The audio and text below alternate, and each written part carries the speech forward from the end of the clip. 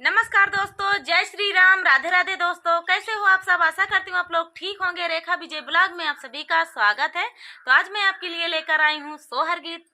तो सुनिएगा और बताइएगा कैसा लगा। तो खासकर मेरी ननद गाएंगी, तो सुनिएगा और बताइएगा। तो चलिए सुनाते हैं। कहवा पे जाना में हई रामा, कहाँ पे भैया लक्ष्मण, कहाँ पे भैया लक्ष्मण हो। सखिया कहवा पे जाना में कन्हैया, तीनाहु कुला ताराई, तीनाहु कुला ताराई हो। सखिया कहवा पे जाना में कन्हैया, तीनाहु कुला ताराई, तीनाहु कुला ताराई हो। अवध में जन्म है रामा, हुआ ही भैया लक्ष्मण, हुआ ही भैया लक्ष्मण हो। सखिया मथुरा में जन्म कन्हैया, तीनहु कुला ताराई, तीनहु कुला ताराई हो। सखिया मथुरा में जन्म कन्हैया, तीनहु कुला ताराई, तीनहु कुला ताराई हो।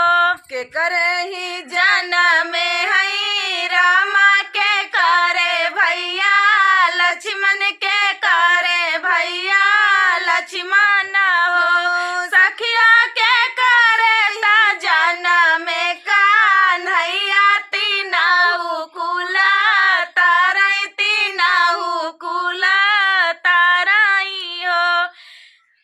कौशल्या के जन्म है रामा, सुमित्रा भैया लक्ष्मण, सुमित्रा भैया लक्ष्मण हो।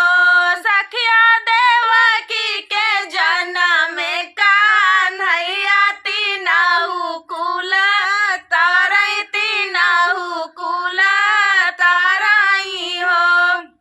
के कमारई जन्म है रामा, के कर भैया लक्ष्मण, के कर भैया लक्ष्मण हो। सखिया के कमारई जन्म कन्हैया, तीनहु कुला ताराई, तीनहु कुला ताराई हो। रावण मारई जन्म है रामा, मेघनाथ भैया लक्ष्मण, मेघनाथ भैया लक्ष्मण हो। सखिया कंस मारई जन्म कन्हैया, तीनहु कुला ताराई, तीनहु कुला ताराई हो। सखिया कंस मारई जन्म कन्हैया, तीनहु कुला ताराई, तीनहु कुला ताराई हो। तो दोस्तों, ये प्यारा सा सोहर गीत आप सभी को कैसा लगा कमेंट में जरूर बताना। तब तक के लिए मिलते हैं नेक्स्ट वीडियो में। तब तक के लिए जय श्री कृष्णा, जय श्री राधे।